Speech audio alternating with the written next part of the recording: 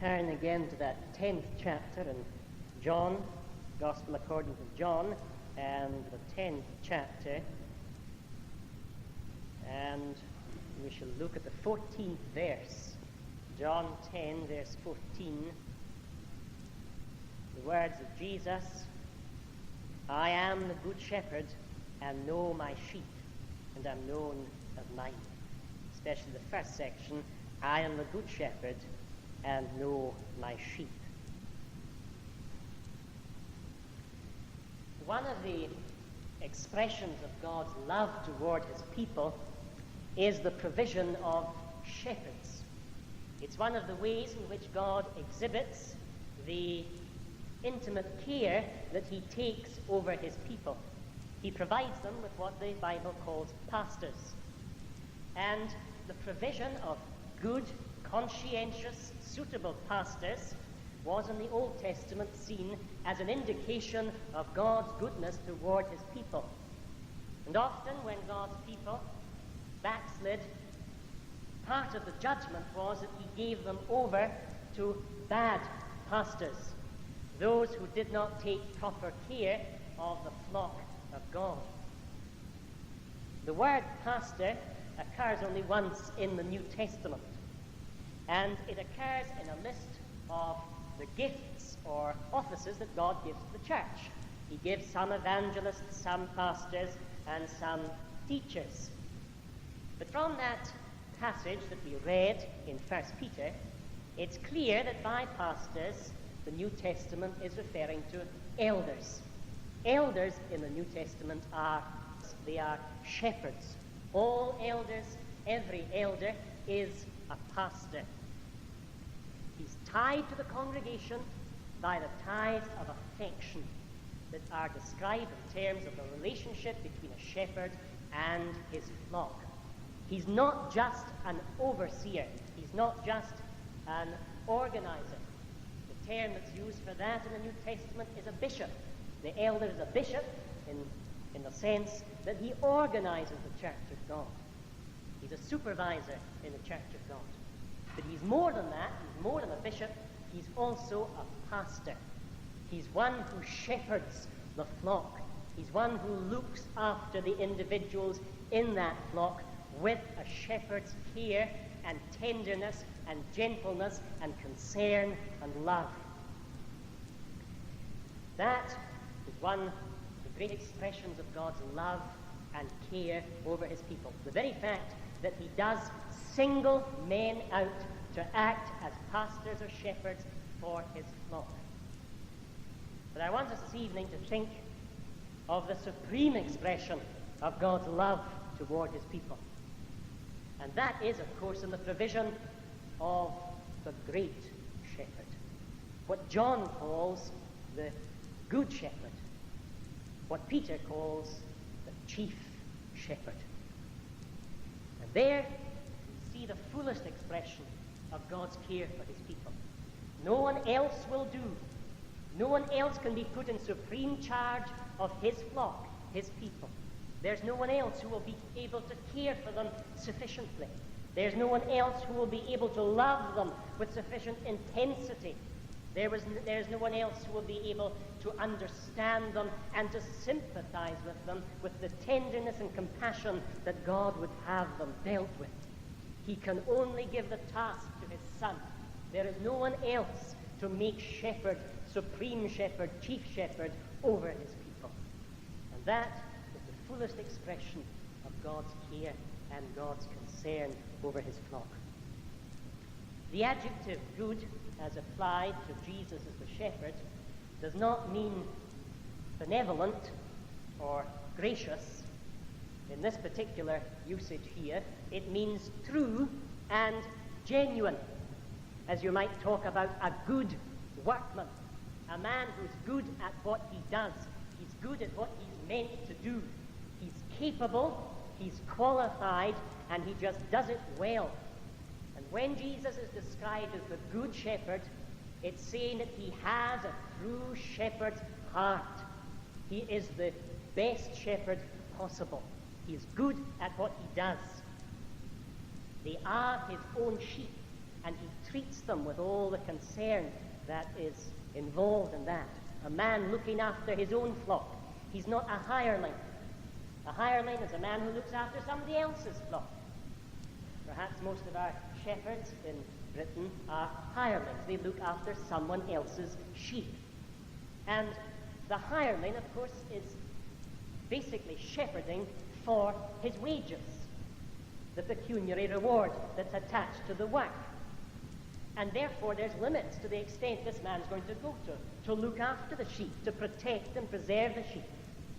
If his life is endangered, is put in jeopardy, he's not going to hazard his life for someone else's sheep. He's a hireling. He's a man who's working simply for wages. But Jesus is the true shepherd. He has his own sheep. He's not a hireling. He's not one who flees when trouble presents itself. He's not one who seeks to evade danger, even at the cost or jeopardy of his sheep. He's the good shepherd. He's the true shepherd. He's the one who feels toward these sheep as a shepherd ought to feel. He's the one who's willing to put his life in danger to preserve and to protect those sheep. Of course, Jesus demonstrated those qualities throughout his ministry. His work continually placed him in danger, perpetual danger, as he sought to gather in God's flock, as he sought to give them what they needed, the words that they needed, the teaching that they needed. Continually, he was obliged to place himself in danger. And how easy it would have been for Jesus to have avoided that danger, simply by trimming his message, by being less bold and blunt in the way he put things, being a little less persistent in his exposure of selfishness and hypocrisy. If he just left the Pharisee alone to peddle his trivial rituals and forms. If only he had compromised, even slightly, he might have averted the danger that he seemed to court throughout his earthly ministry. But to do that would have meant to have abandoned the sheep. It would have meant not only to have turned his back upon the cause of God, but to have turned his back upon the needs of those sheep, that flock. They needed to hear the message he had, and they needed to hear it in all its clarity, in all its simplicity, and in all its power. To have softened the message down would have given his flock less than they needed. Those scattered sheep, desperately needing that message of pardon, peace, and life, not through law and ritual, but pardon and life freely offered and freely accepted. Men and women who needed those words of Jesus more than they needed life itself. And he could not forsake that need, even though it cost him his life.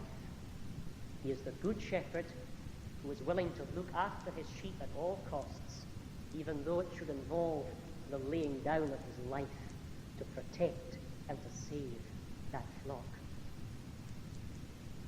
He tells us that he knows his sheep. First, let's remind ourselves that Jesus knows all men. He knows all of us here, regardless of who we are, regardless of how we stand with him. He knows all men. That was wonderfully exhibited time and time again throughout his earthly life. You recall, at one stage in his ministry, the people began to experience some enthusiasm for what he was saying. And it seemed that at that point they were ready to gather as a body and follow him. But we're told that Jesus refused to commit himself to the people because he knew what was in man. He knew that the flatterers of today would prove to be the accusers of tomorrow. He knew all men. He read the hearts. Again, you recall Nathanael, who approaches the Lord, and before he has the opportunity of saying anything at all, Jesus has thoroughly read him through and through, has evaluated him, an Israelite indeed, in whom is no guile. The rich young ruler who approached Jesus, enthusiastic, amiable. Jesus loved him, he liked him, he took to him. A young man who was capable of so much, but not sacrifice. And how clearly Jesus saw it. The young man goes away. Jesus doesn't call him back. He knew what was in him, and he knew what was not in him. He reads the heart of Zacchaeus in the tree. No one else could make out the little man. No one else could understand him or fathom him. A man despised. But Jesus reads deep enough to know the man. And how well Jesus read that dark, contorted heart of his treacherous disciple. Then said Jesus unto him, that thou doest too quickly. That unerring skill in reading men, and how uncomfortable it obviously was to his contemporaries. Jesus has been described as the most disturbing force in history. And that's seen quite plainly in the pages of the Gospels. Men would literally slink out of his company. Others would rise up in indignation and wrath and anger, and would hurry away to plot and scheme his downfall, his overthrow, and his destruction. They would conjure up strange, contorted questions to try and trip him up. They would do their utmost to sour the hearts of the people against him. Men still react to Jesus in precisely the same way.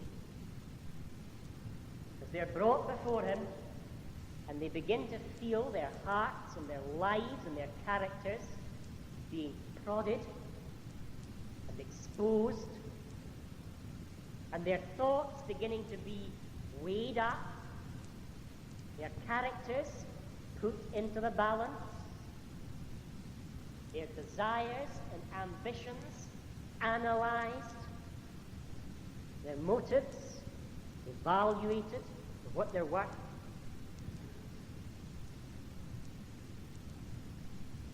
Meeting Jesus never was anything other than a disturbing experience. It always was unnerving. That is perfectly clear from the narratives of the Gospels. Jesus goes on, every time the Gospel is preached, he goes on being that disturbing force in history. Disturbing men, making them feel uneasy, uncomfortable.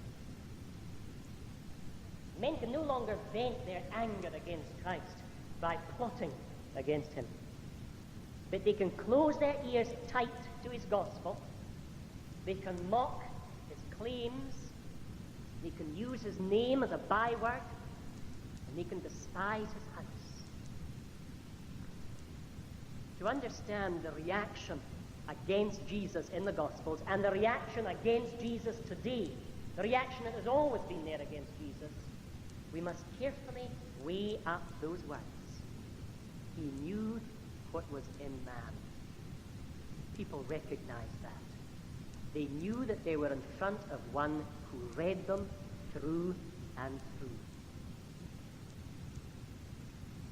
There were others, thankfully, for whom this initial experience of uneasiness gave way to a strange sense of relief. The relief of at last being thoroughly and totally known. A feeling of thankfulness, a kind of confession of gratitude. Dark secrets are heavy things to carry. And there's not one of us here that doesn't carry our fair share of those dark, heavy secrets. The secret of what we really are. The secret of what we've really done, the secret of what we've really thought. And we all carry those kind of secrets, hidden from the eyes of other men. And when those secrets are exposed by the Spirit of Christ and the light of Christ, the reaction may well be one of hostility and anger. It may also, by God's grace, be one of sheer relief. To know that at last the heavy secret is out. Someone knows us. He knows me thoroughly. He knows me totally. I can't hide anything from him. There's an eye that sees deep enough to know it all. And what's even more wonderful, he sees it all and he cares in spite of it all. But the text tells us that he knows his sheep in a special and a particular way. The word know, of course, has the idea of love wrapped up in it.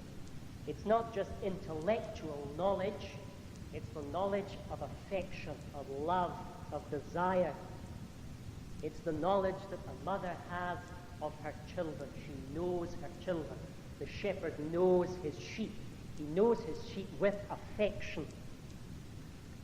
Now, the Bible presents to us God as one who loves all men. A God who is desirous after the well-being of all men. He maketh his sun to rise on the evil and on the good. We're told he desires that all men should come to repentance. Jesus has taught us that we are to love not only the ones who love us and who appreciate us, but we're to love our enemies. And he enforces that command by telling us to imitate God our Father, to be perfect as our Father in heaven is perfect. Perfect at least in that respect, that we are to love all as God does. We must never begin to think of God's love in small parochial terms. It is as vast and it is as comprehensive as all of his creation. But there is a special and a peculiar love that God entertains toward that flock of his. Those who have been brought into his fold as his sheep. Those who have come to trust him. Those who have come to love him. Those who have come to look to him for the provision of all that they need, for their sustenance, for their guidance, for their protection, for their encouragement. That little flock of God's people that has been gathered slowly, methodically, out of all nations. That flock that is related to Christ through faith. And toward that flock of his people, God exercises a special love and a tender love. Intimacy of feeling and affection. In fact, Jesus here uses the strongest analogy possible to describe how close the relationship is. Look, if you will, at verses 14 and 15. Let me read them as they stand in your authorized version. I am the good shepherd, and know my sheep, and am known of mine. As the Father knoweth me, even so know I the Father. Now, as those words stand, they might tend to puzzle us as to what the second sentence had to do with the first sentence. The knowledge between the Father and the Son, and the knowledge between the shepherd and his sheep. But the authorized version's rendering of those two verses is somewhat unfortunate, and it is best to have one continuous sentence. And we might read it, I am the good shepherd, and know my sheep, and am known of mine, even as the Father knoweth me, even so know I the Father. In other words, the relationship of knowledge and love between the shepherd and his sheep is analogous to the knowledge and love between the Father and the Son. And Jesus just could not possibly put it in any stronger terms than that. He's gone to the very extreme limit of description in describing the closeness of this relationship that exists between him and his people. It's as close and intimate and strong and intense and powerful as that.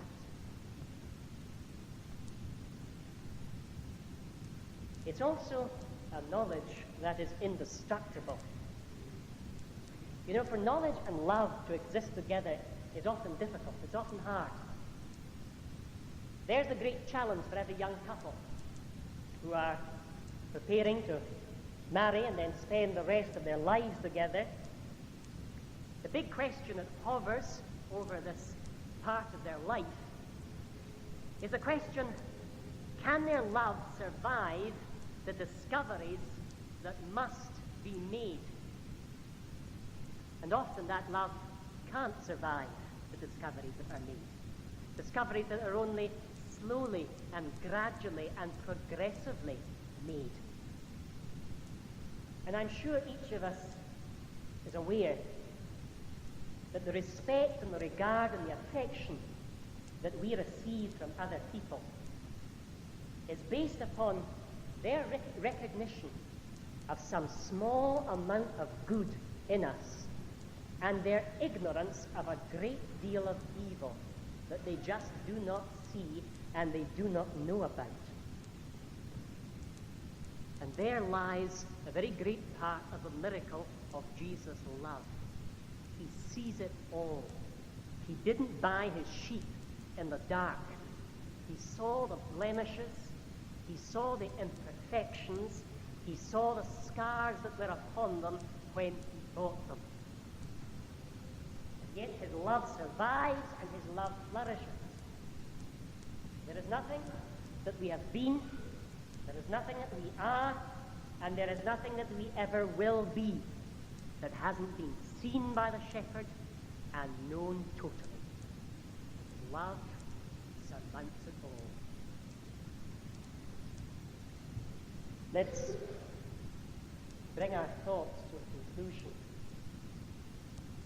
by reminding ourselves of the great need that all of us have of this good shepherd.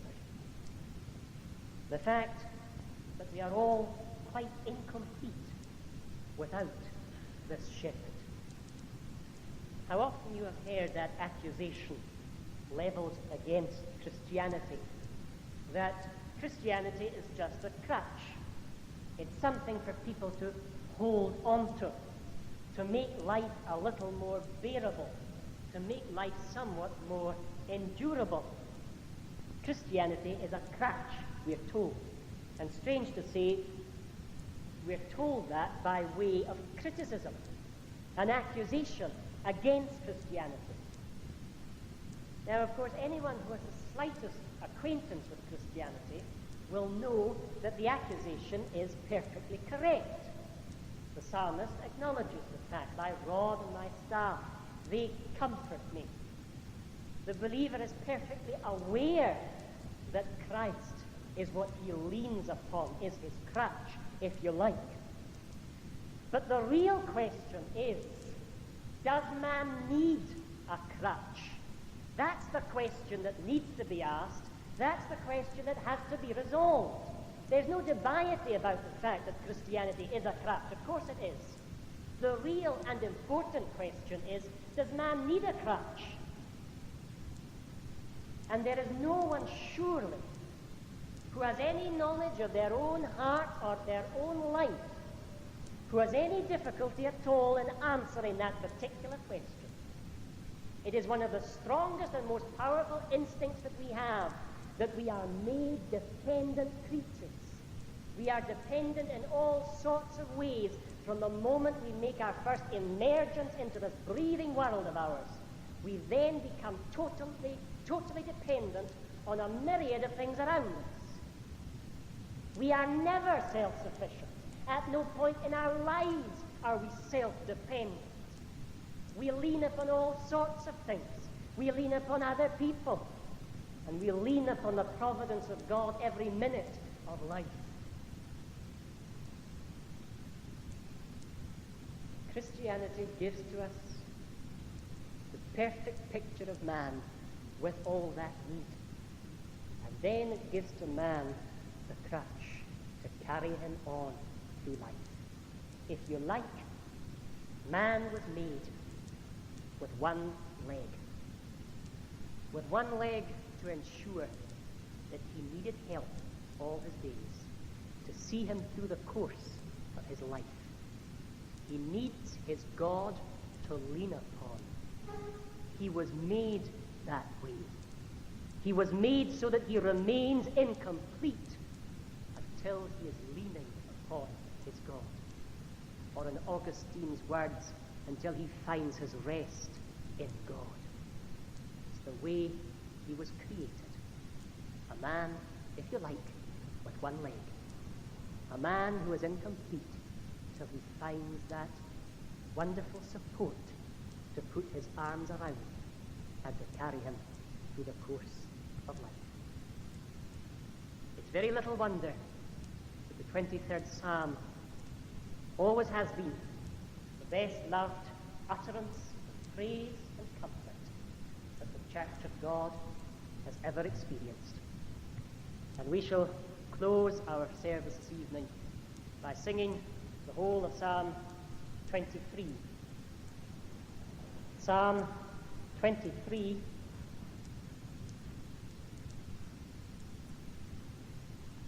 The Lord's my shepherd, I'll not want. He makes me down to lie in pastures green. He leadeth me the quiet waters by. My soul he doth restore again, and me to walk doth make within the paths of righteousness, even for his own name's sake. Psalm 23 at verse 1, shall we stand to sing.